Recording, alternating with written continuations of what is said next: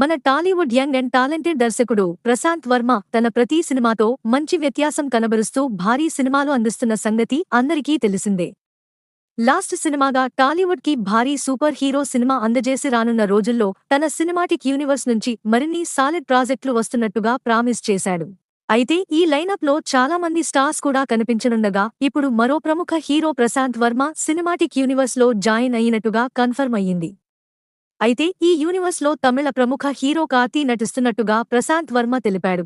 అయితే తాను కార్తీ గారిని అప్రోచ్ అవ్వడం నిజమే అని, ఇక ఆయన ఒప్పుకోవడమే మిగిలి ఉందని తను తెలిపాడు.